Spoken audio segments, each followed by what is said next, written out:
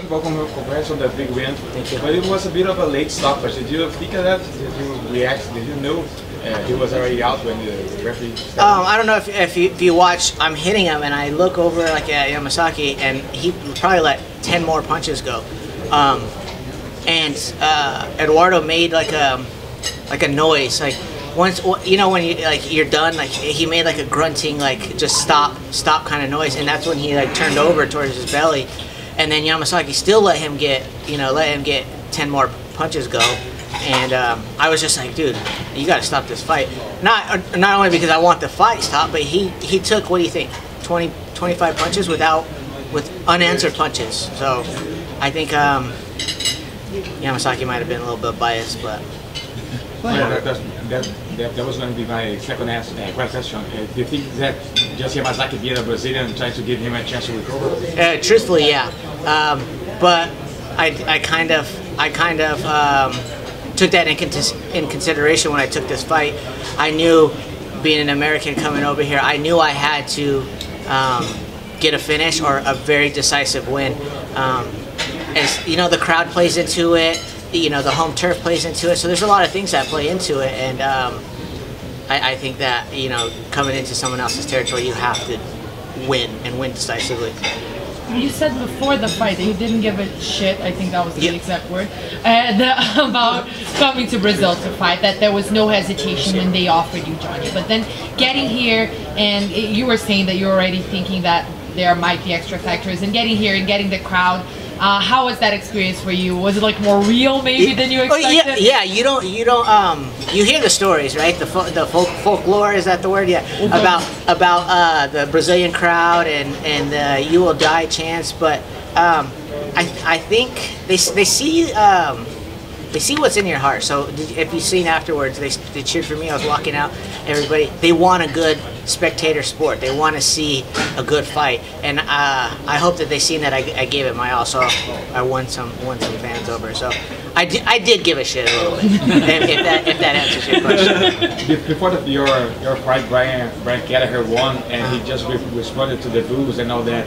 Did you watch I didn't. That? So my cornerman turned the noise off in our room. So we just saw the fight. I didn't hear what's happening, but I could hear the boos, like the rumbles from outside. So apparently it pissed some people off. How is that for you? Like, as you're ready to walk out and you're listening to it, like, does that even occur to you? Like, not in emotional sense. That means that like I'm next. I'm ready, because before I don't care, because I heard from all the 4 fights before me, I heard cheering and booing and this and that. It didn't do anything to me. That fight, I just knew I was next, so it kind of got me a little bit more closer to walking out. There's one guy you keep saying that you want to fight. You said it a lot of times. Right. You want to get that loss back. Is that what you want now? Honey Yahya, by the way. I would say now, no, because I think I surpassed him. And as far as my rankings in the UFC, tell me another bantamweight that's come in that was 8-0 that fought 2 top 15 guys. Ronnie Ayala was on the longest win streak aside from Cody, and then I got a top 10 guy. So I got top 15 guys and a top 10 guys right out the gate, and I was only 8-0 coming into the UFC. So eventually, I promise you, I will get that back, and I will beat him bad.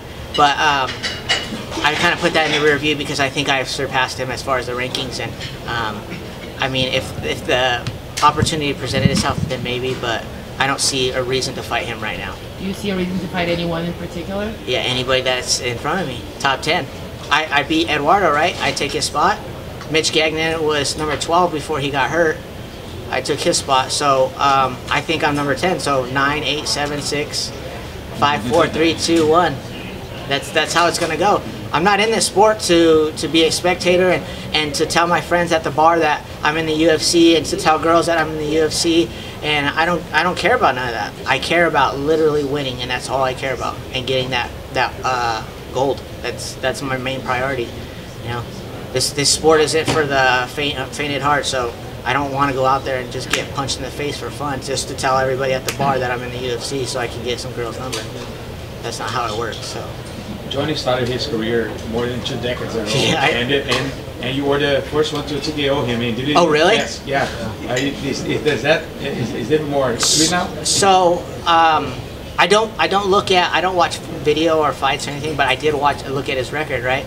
And so I look at his share dog. You guys know what share dog is. So I'm looking at his record, and it's going back like 4 or 5 pages. I was like, holy shit! It's like to like 1998. I was like, 96. I was still in 96. Yeah. I was still in.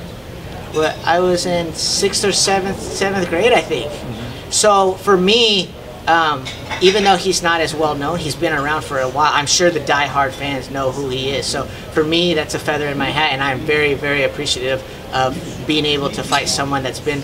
He's like a Vitor, right? In my division, he's like he's been here for. Oh, sorry. He's been here for the past, decade plus. So 2 decades. So. It's just I'm very, very, very appreciative for that fight and my being associated with him. Johnny, he's a real good Muay Thai fighter, and he's always using the leg kicks. What have you done in the fight to stop that? In the fight? Yeah. Take him down. I didn't know he was going to lick. I thought he was going to be a little bit more hesitant to kick me because of my wrestling. I believe I'm the best grappler in 135. I didn't think he was going to try to kick me as much. And that first kick, I'm telling you, it caught me right on the knee, the bone, and it hurt me. I'm like, damn, this had to have hurt him. And then he kicked me again. I'm like, right in the same spot. I'm like, damn, that had to have hurt him. And he didn't even like flinch in his face. I'm like, shit, I'm gonna have to take him down now. You used to train at Rain MMA, right? Yes, sir.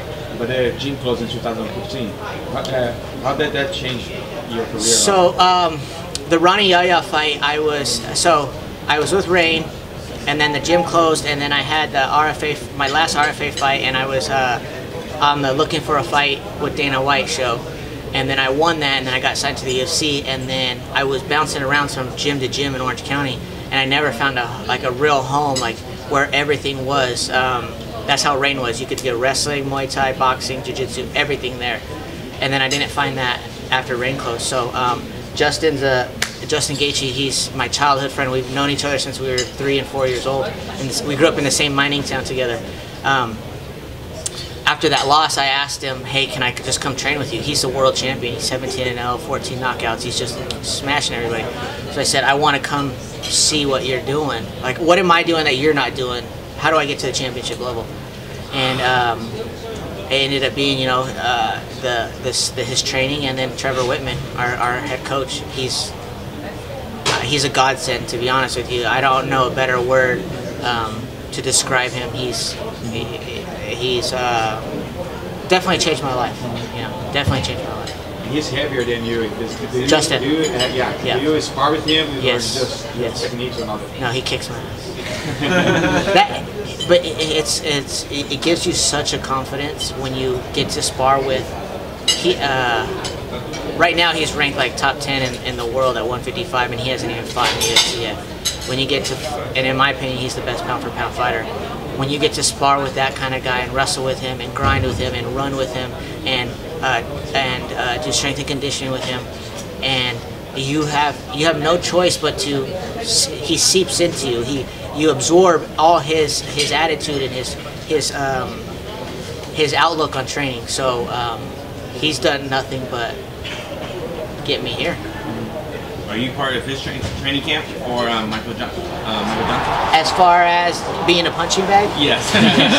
Yeah. So we both wrestled, and I have a high level wrestling background. He has a high level wrestling background.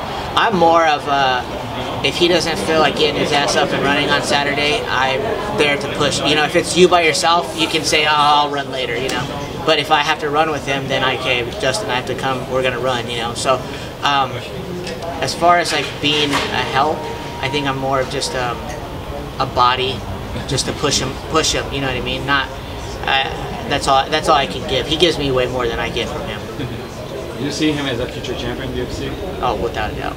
Without a doubt. I wish you guys knew the type of person he was. There's not a person on this planet that has the mindset and attitude that he does. You guys have read his interviews. He's a special kind of person as far as his fighting game. He's very transparent in the way he thinks, and it's refreshing. were you guys friends? I'm sorry, before you were fighters, or? I've known him since we were 3.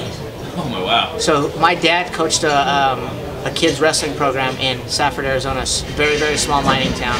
One high school, one middle school kind of town. Our dads worked together, and so we wrestled together. He's 2 years younger than me, so growing up, we went to all these national tournaments, and we drove together. So the last time I seen him, so then in 8th grade, I ended up moving away. My parents divorced, and I ended up moving away. And then we met up. The last time I seen him was in college at a wrestling tournament, and then we kind of kept in touch, and he followed through my career and everything like that. And then once Rain closed, we kind of hooked up again. So Hakuna Matata, full circle kind of thing.